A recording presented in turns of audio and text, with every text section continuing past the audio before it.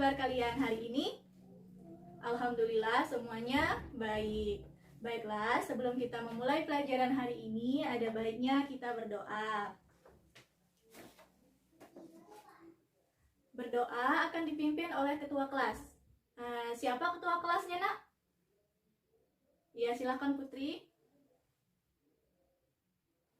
Amin. Alhamdulillahirobbilalamin. Oke, hari ini Ibu ingin kalian untuk berdiri semuanya karena Ibu akan memeriksa kerapian pakaian yang kalian gunakan hari ini. Apakah semuanya sudah rapi dan sudah lengkap? Baiklah, semuanya sudah rapi dan sudah lengkap. Nah, Ibu ingin kalian untuk memeriksa kanan dan kiri kalian, apakah masih terdapat sampah yang berada di bawah laci kalian mungkin, atau di bawah kursi kalian. Jika masih ada, Ibu ingin kalian memutiknya dan membuangnya ke kotak sampah yang berada di luar kelas. Apakah sudah selesai semua, Nak? Baiklah, jika telah selesai, Ibu akan melakukan absensi. Ibu harap kalian diam dan dengarkan Ibu ya, Nak ya. Oke. Nurul, Putri. Oke, semuanya hadir, alhamdulillah. Nah, Ibu ingin kalian menyiapkan alat tulis kalian, buku-buku kalian yang akan kalian gunakan hari ini untuk mengikuti proses pembelajaran hari ini. Oke, apakah kalian masih ingat mengenai materi pembelajaran kita minggu kemarin? Ya, silakan Nurul. Iya, benar sekali. Minggu kemarin kita sudah membahas mengenai materi pantun. Ada yang masih ingat apa itu pantun, jenis-jenis pantun? Ya, benar sekali. Jenis-jenis pantun terdapat dalam beberapa jenis. Ada pantun nasihat, ada pantun teka-teki, ada pantun agama, ada pantun apa lagi, Nak? Ya, benar sekali, ada pantun jenaka, dan masih banyak lagi. Nah, hari ini kita akan membahas mengenai materi berikutnya. Mengenai tema 1, organ gerak hewan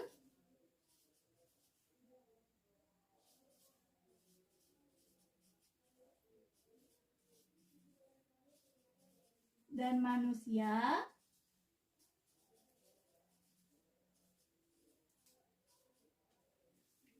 Subtema 1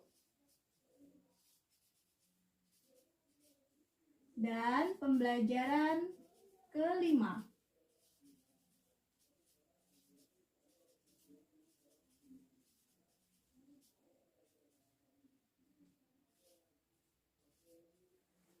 Nah, pada materi pembahasan ini kalian akan mengetahui nantinya mengenai materi ide pokok.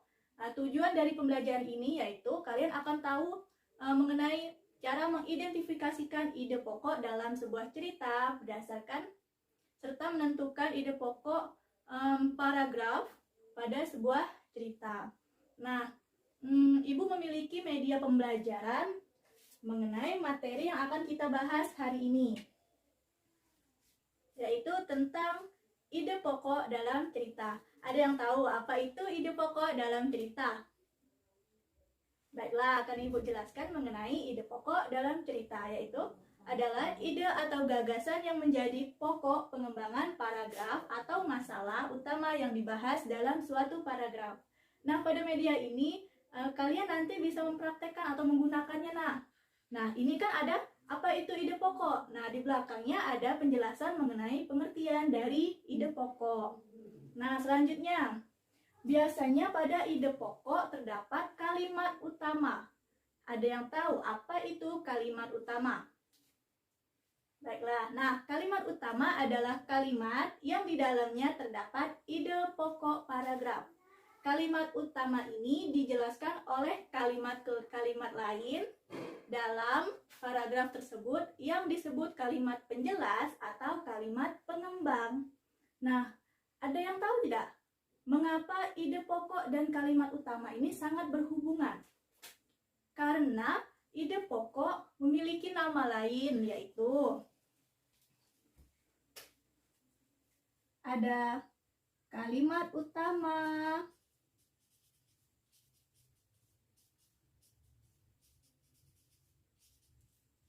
gagasan pokok,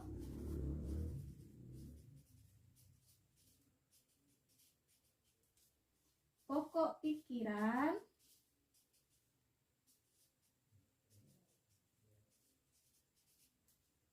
dan masih banyak lagi. Nah, ide pokok ini terbagi dalam beberapa jenis, yaitu ada 3 jenis. Yang pertama yaitu ada deduktif.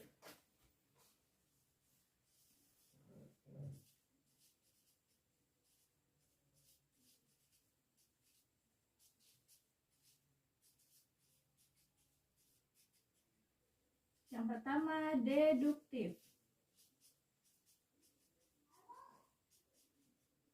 Yang kedua, induktif. Yang ketiga, campuran. Tolong dicatat ya nak, penjelasan dari Ibu dan tulisan yang Ibu tulis di papan tulis.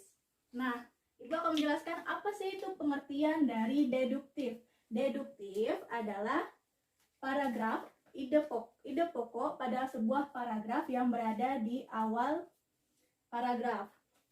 Kemudian induktif adalah ide pokok yang terdapat pada akhir paragraf. Sedangkan campuran adalah ide pokok yang terdapat pada awal paragraf dan akhir paragraf.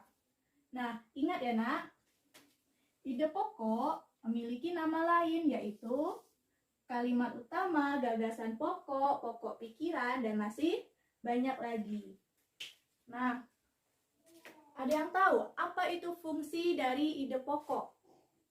Nah, fungsi dari ide pokok adalah untuk mempermudah pembaca mengetahui apa yang dibahas pada paragraf atau cerita yang akan dibacanya, sehingga para pembaca tidak perlu pusing lagi untuk membaca sampai akhir, karena jika sudah mengetahui ide pokok pada kalimat utama, dapat mengetahui apa yang dibahas pada cerita tersebut. Nah, bagaimana sih cara menentukan ide pokok dalam sebuah paragraf? Nah, Ibu akan menjelaskan bagaimana cara kalian menentukan ide pokok, karena setelah ini kalian akan Ibu berikan contoh pada cerita buku tema kalian mengenai pada kegiatan Ayo Membaca, Siput Bukanlah Hewan Lemah. Ayo buka buku tema kalian. Apakah sudah ada nak? Oke, nah sebelum kita membaca cerita mengenai Siput Bukanlah Hewan Lemah, Ibu akan mengajarkan kalian mengenai bagaimana cara menentukan ide pokok dalam sebuah paragraf cerita. Oke, yang pertama yaitu baca kalimat dalam paragraf satu demi satu dengan cermat. Yang kedua yaitu cermati kalimat pertama hingga akhir. Yang ketiga yaitu baca kalimat demi kalimat sampai kamu menemukan ide pokok paragraf apa yang dibahas pada paragraf cerita tersebut. Yang keempat yaitu tandai, garis bawahi ide pokok tiap paragraf. Kemudian, tandai informasi-informasi penting yang terdapat pada tiap paragraf tersebut. Nah, apakah kalian sudah tahu, sudah paham? Oke, nah Ibu sudah memiliki contoh dari ide pokok dalam sebuah paragraf. Nah, tolong kalian simak pada buku tema kalian pada kegiatan Ayo Membaca, ada cerita tentang siput bukanlah hewan yang lemah.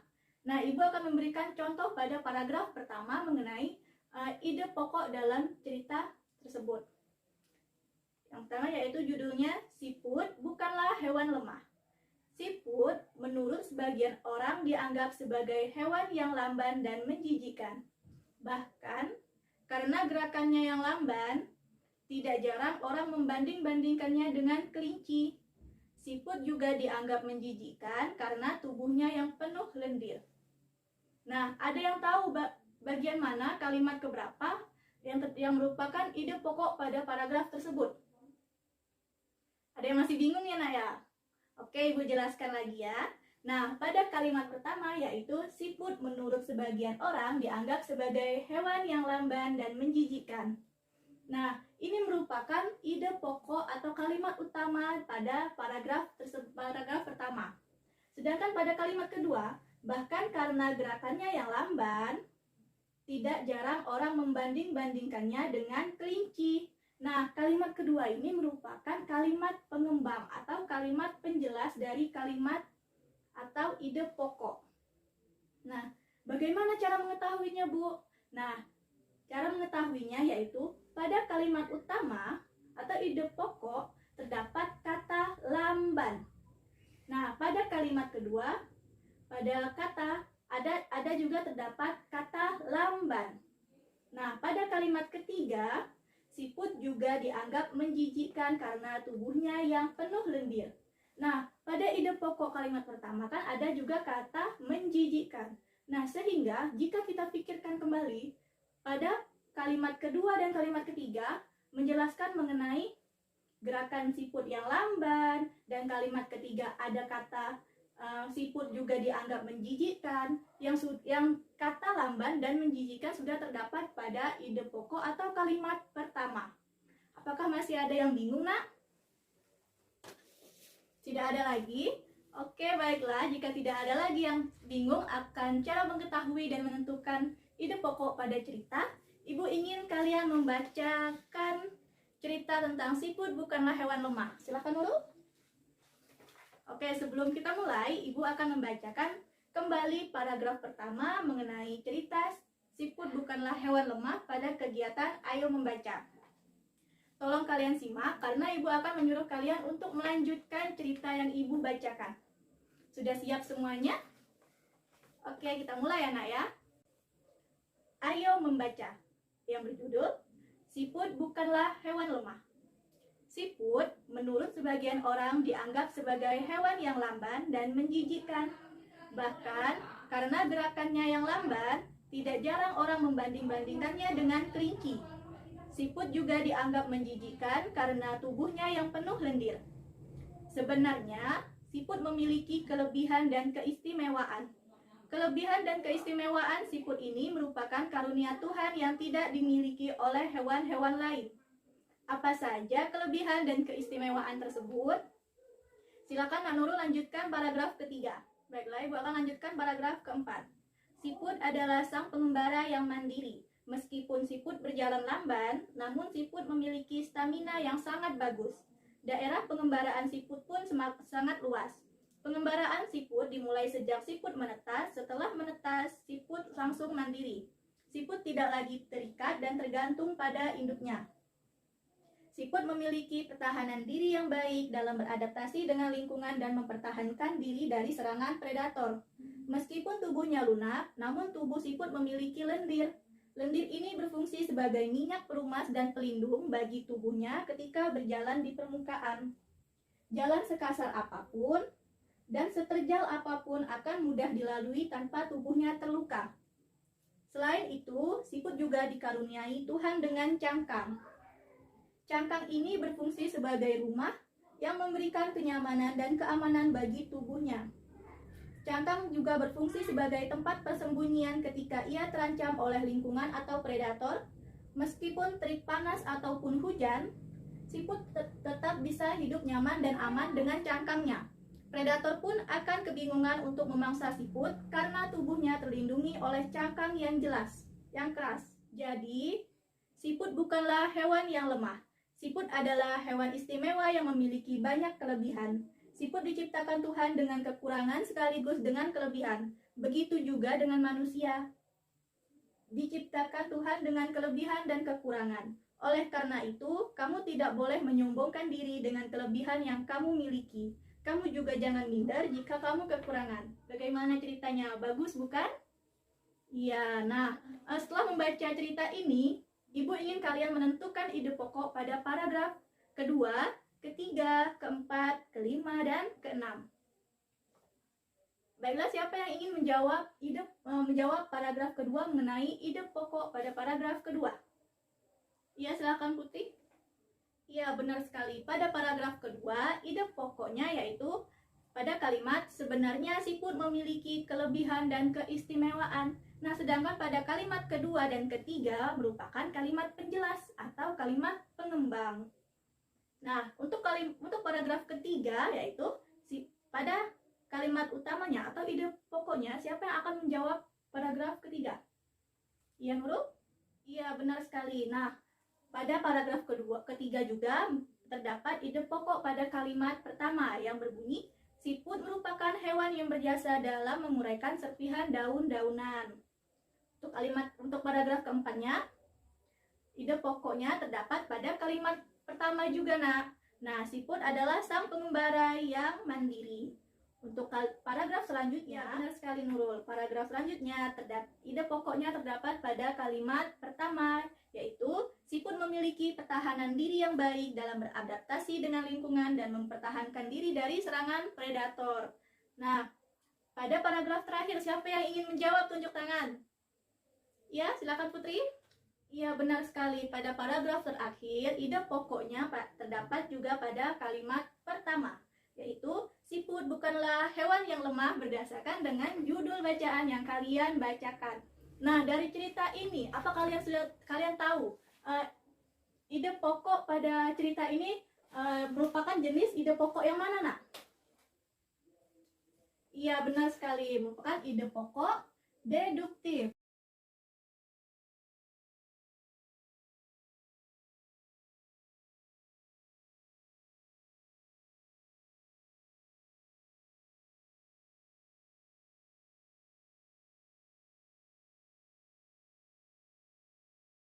Nah, kalian sudah paham semua kan tentang materi ide pokok dalam sebuah paragraf. Oke, jika sudah paham semuanya, Ibu akan memberikan kalian tugas mandiri untuk dikerjakan di rumah yang akan dikumpulkan minggu depan. Jadi kan Ibu sudah menjelaskan kan mengenai pengertian ide pokok pada paragraf. Ada yang sudah mencatatnya, nak? Ya, bagus sekali kalau sudah ada yang mencatatnya. Jadi lebih mudah dalam mengerjakan soal yang Ibu berikan. Oke, sebelum kita mengakhiri pembelajaran hari ini, Ibu ingin kalian untuk menyimpulkan apa saja yang dibahas kita mengenai materi ide pokok dalam paragraf. Siapa yang ingin menyimpulkan? Iya, silakan Putri. Iya, benar sekali. Ide pokok adalah kalimat utama yang dibahas pada sebuah paragraf. Nah, ide pokok ini biasanya berada di awal atau disebut dengan deduktif, di akhir atau disebut dengan induktif. Kemudian ada juga paragraf campuran yang dapat dilihat yaitu ide pokok yang berada di awal dan akhir paragraf. Nah, tadi kalian sudah paham semua kan? Oke, sebelum kita mengakhiri pembelajaran hari ini, ada baiknya kita berdoa. Berdoa dipimpin oleh ketua kelas. Silakan ketua kelas. Amin. Pembelajaran pada siang hari ini. Assalamualaikum warahmatullahi wabarakatuh.